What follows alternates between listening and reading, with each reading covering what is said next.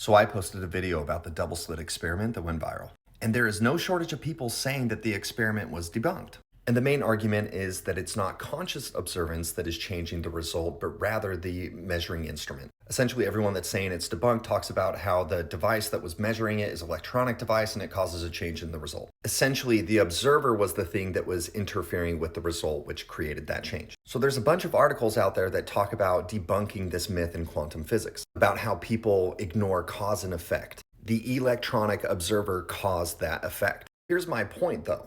Aren't human beings always emitting electricity? You get an EKG to measure the electrical signals coming from your heart. You attach it to your heart, right? No, it's on your freaking skin. It's outside the body and it's reading that energy.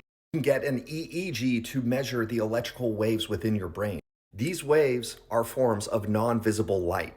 So even when this says the observer makes it sound like someone's just looking and not touching, that's not at all what I'm saying.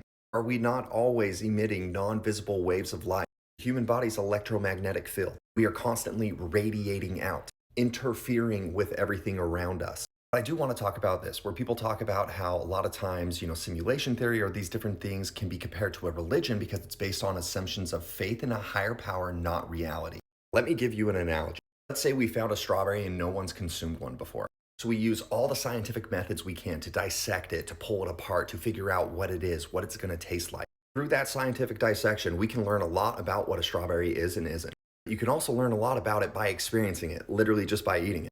And all the other theories where the scientists were like, a strawberry is going to be sweet, it's going to be sour, it's going to be this. The person who ate it can be like, hey, it's sweet because I experienced it. The tough thing about experience is you can't prove it to other people. The scientists could say, how do we know this guy ate a strawberry? How do we know it's actually sweet? He could be lying to us. And the dude's just like, I'm not lying, I ate it. I don't know, you go to the comment section and a lot of people are making assumptions about what observer means, what constitutes conscious observance. What I'm saying is, what if observance goes way beyond conscious observance and it's your subconscious, it's your electromagnetical field. It is the thought energy that radiates from every single brain activity that you have. My experience with this shapes my perceptions of when I read science.